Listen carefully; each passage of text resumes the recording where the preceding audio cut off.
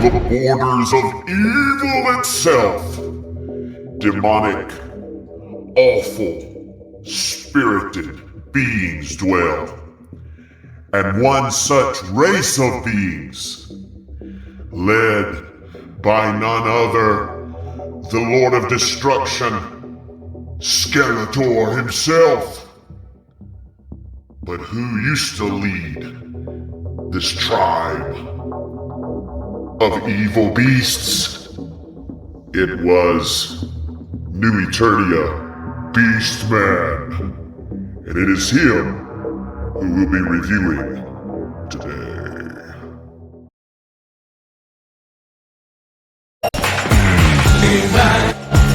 Super Dave here with another Super Dave review.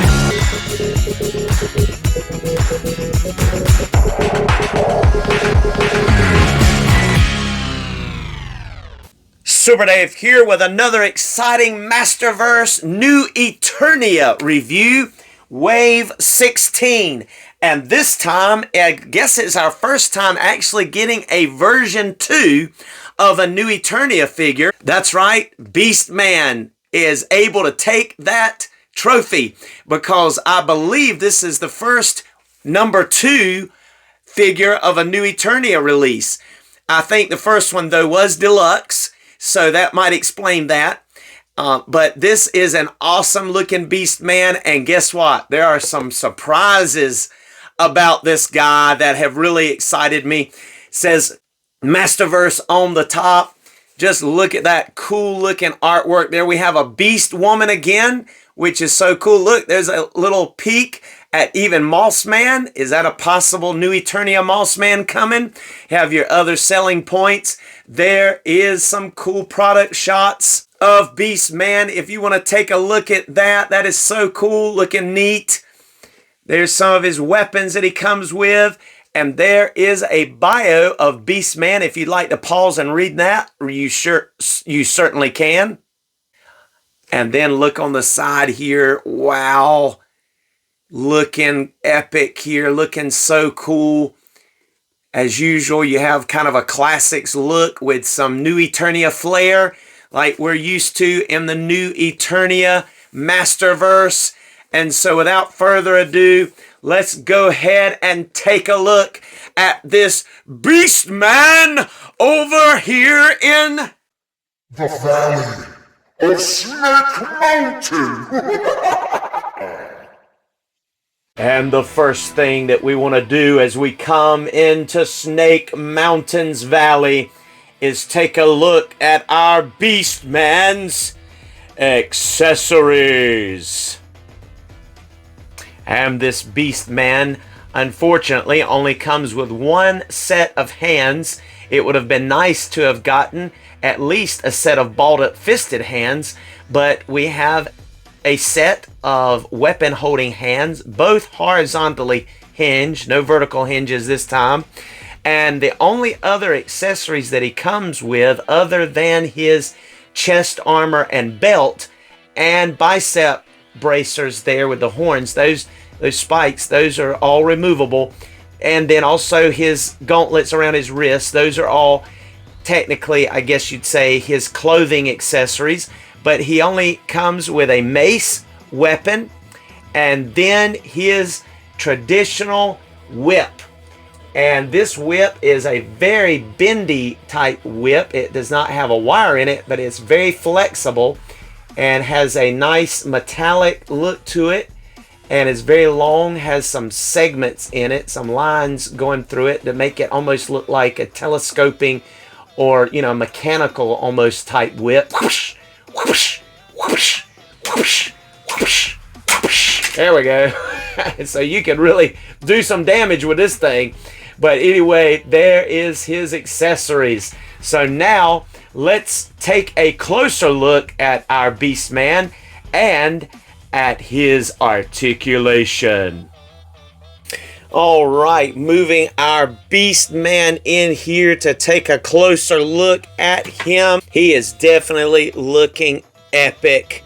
And just take a look at that really cool jewel. We've been hearing about his like elaborate jewels that are in his armor, and that is just so cool. It reminds me of one of those mood rings, you know, with the little, almost like it's got jelly on the inside of it or something, and catches different colors. Not as much as a mood ring, but it's got that look about it, and it looks really neat. I like it. There's a jewel here, which that is just metallic paint. There's also one on his bracer. Here's bracelet, and the other one as well. And believe that's all. But that is just so cool.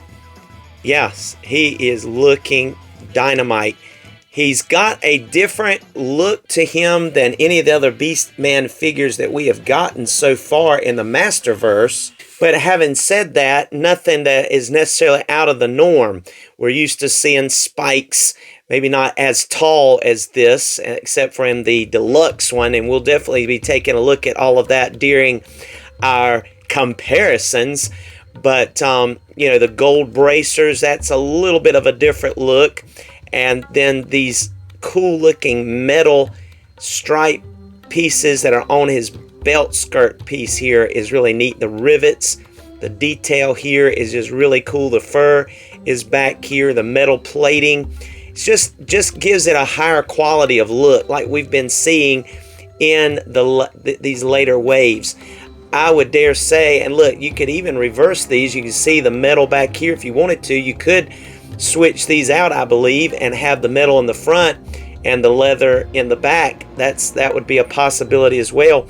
But even this whip is different. We're used to seeing like a black handle with either a black string or a black piece of rubber. But this is a very neat metallic, almost mechanical. But like I say, New Eternia always has a way of kind of bringing something a little new to the table. But that brings us to the most exciting news of all in our articulation, and that is posable jaw. Yes, the first time ever getting a posable jaw in Beastman. Just take a look at this. So you can close his mouth all the way there. Isn't that cool? Just take a look at that. Really neat. And then you can open it all the way there, and you can see the teeth. Let me see if I can dim the lighting just a little bit more so that you can see the details in those white teeth, like the red down into his mouth. So if you close that, you can see the teeth come together. The fangs are pushing it down a little bit. It's real soft material.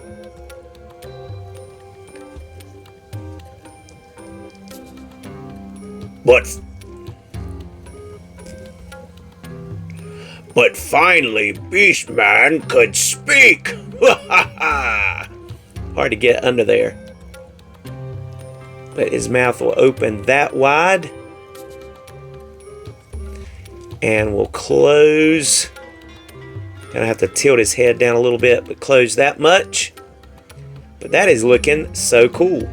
Now his head will not look up very much because he's got like long hair back here, and it hits the back of his neck, not the armor, but his neck.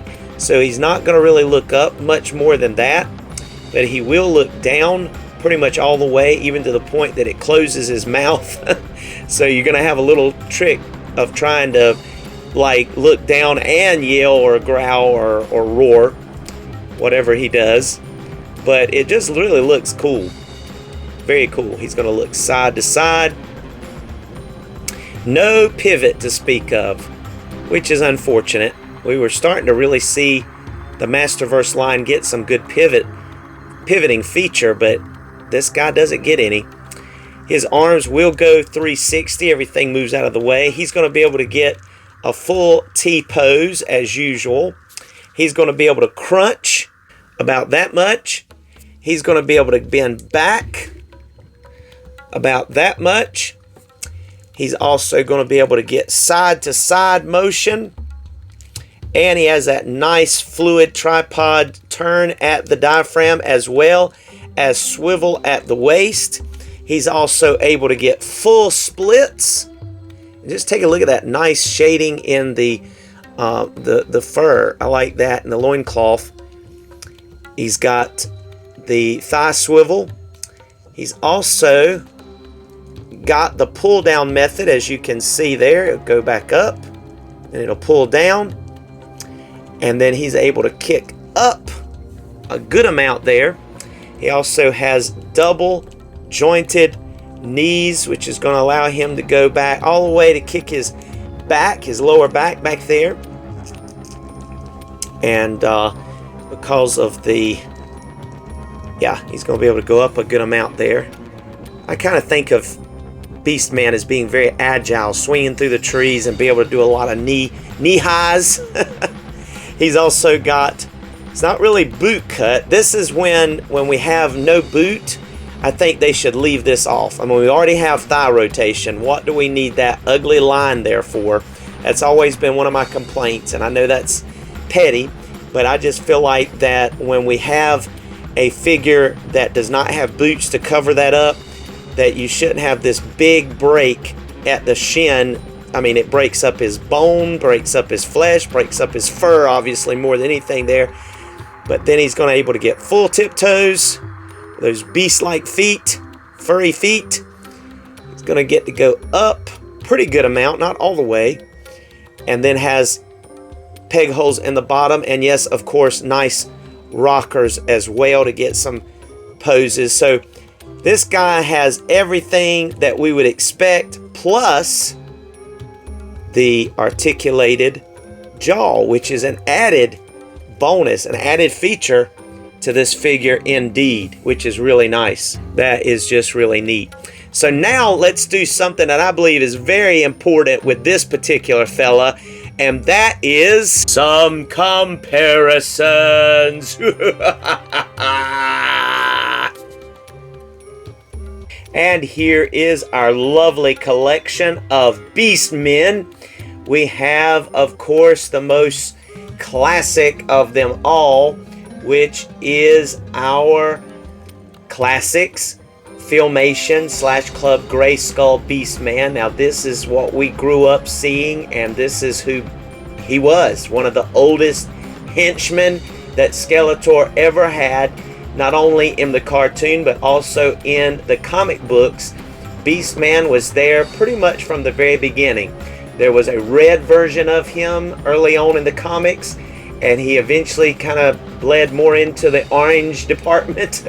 But he's always had kind of a crest of sorts, of some kind of gem or at least design on his furry chest armor.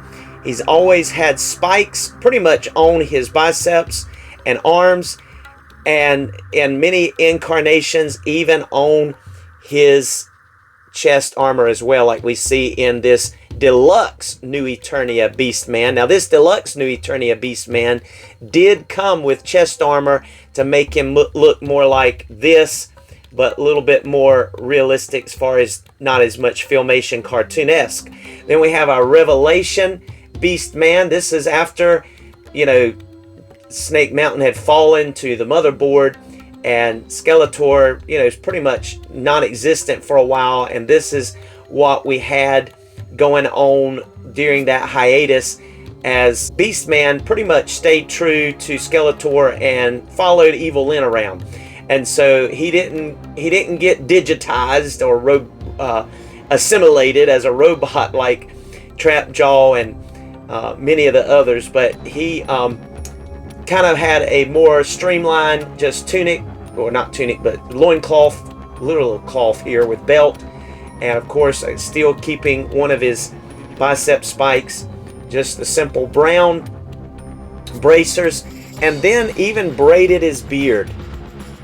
And so we got this look, and he came with a black handled whip with a real cloth string type whip. And of course this Beastman, our Filmation, he came with a black handled whip that is more rigid plastic, and I've shown you this one. It's more rubbery, and it is a metallic look, and I forget what kind our deluxe Beastman came with, but he did come with one. But here's the thing about all of these. We have really not gotten a true classic style Eternia belt look for our Beastman since Classics. And I'm getting ready to bring out them in just a second here. But you see, this is pretty much the closest thing we've gotten to just a regular simple blue furry loincloth with the greenish belt there. And here we got the new Eternia flare of the furry loincloth in the background, but this cloth kind of hanging down, but that is non-removable. It's molded in with the furry loincloth. But with this guy, so you can see here, you can actually remove this belt right here. It unpegs. And notice here you can unpeg here to take off all this chest armor too, by the way. And guess what? We actually have a more classics style Beastman with the furry loincloth and that new Eternia style belt, but it definitely looks like the classics, like what we're used to seeing anyway, as far as his midsection. So that means you could take that traditional looking getup that this one came with, our deluxe new Eternia, and put it on this one. Let's check that out. And here's a look at our Mattel Motu Classics Beastman, which is an excellent sculpt. And then here's our new Eternia 2.0 Beastman with posable jaw. But there's the deluxe version's simple armor that he came with as an option. If you put that on him, that is a little big on him as far as being able to buckle it in the back, but it looks fine over the chest in the front. We have our traditional type crest design here on the front with chain, just like we have over here, and the simpler version of it that we, are familiar with originally in even the Filmation. Then this deluxe one even came with this big spiky stick and even a hide mane with teeth helmet, if you will, that could be placed over his face. So that is cool. Now I've also recently been able to get from Hordak MX a head sculpt for my deluxe Beastman, which looks like that. And that is a really good head sculpt. Talking about a vicious, yelling, growling, roaring Beastman. He's ready for action. If I remove this stick right quick and turn him around, I also found his whip. It is more of a metallic looking whip with a string attached that is able to clip onto his back. This 2.0 version does not have a way of him storing any of his weapons, but he is just looking cool, and we have options. And there's all of his gear there, his mace, his chest armor, his belt with the jewel, and it's even got some kind of design on top here that looks like snakes maybe. So maybe he teams up with snakes. Hey look, I just spotted back inside of there is that same design that we see on their chest. Almost like a star type design. And it's back in there, so that's cool. And those metal look, just give you a closer look at that. It's just really neat. So you still have the chain and like a medallion here. But you have more of like some metal. And this is a lot more sturdy, a plastic quality feeling than what we feel about some of these others that we've gotten, even like this one. But it looks good. And it stays true to like the, overall look that we got with Classics. Of course, that medallion's a lot more detailed here. Has a blue chain almost, looks like. But definitely cool looking. Awesome. And I think this new Hordak MX head sculpt is even more impressive looking as far as a head than even our Classics Beastman. But anyway, this one's really good because of the fact that it has, let me tone down the light a little bit, the fact that it has the posable jaw. So he can get a roaring head look, roaring face look. So that is just so cool. Awesome. Loving this new Beastman. And just like with all the new Eternia stuff, especially if you have both of these, you're going to have these options. So that's so cool. Alright, so I do have one more question that I could ask you here. I will ask you, is if you're going to have a whole tribe of beast men and use, let's say, several of these from Revelation, and he's got like the fur on the back too. I was going to mention the scarring, and maybe use different heads on this guy that we've got laying around for Beastman. And which one would be the leader? Which one would be the Beastman? Would it be this guy, or would it be this new 2.0 new Eternia Beastman from Wave 16? Which would you make your main Beastman? And hopefully it would be epic if we could eventually get a Beast Woman. We've been teased twice now on packages about a Beast Woman. There she is. Would we get one? That would be so epic as well. But here's the whole gang. We've got Trapjaw. We've got new Eternia Faker with a Hordak MX head sculpt. We've got our Panther back there. It's looking so cool. Oh man, I love him. We've got our new Eternia Whiplash back there. We've got our new Eternia Skeletor here. We've got our new Eternia Clawful back there. Our new Eternia Too Bad with a Hordak MX head sculpts on them. We have, of course, our new 2.0 Beastman and new Eternia 1.0 Beastman.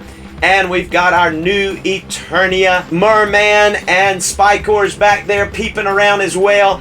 And this group of figures are looking epic. We couldn't have a better set of villains going on here. Thank you so much for joining us for this Super Dave review.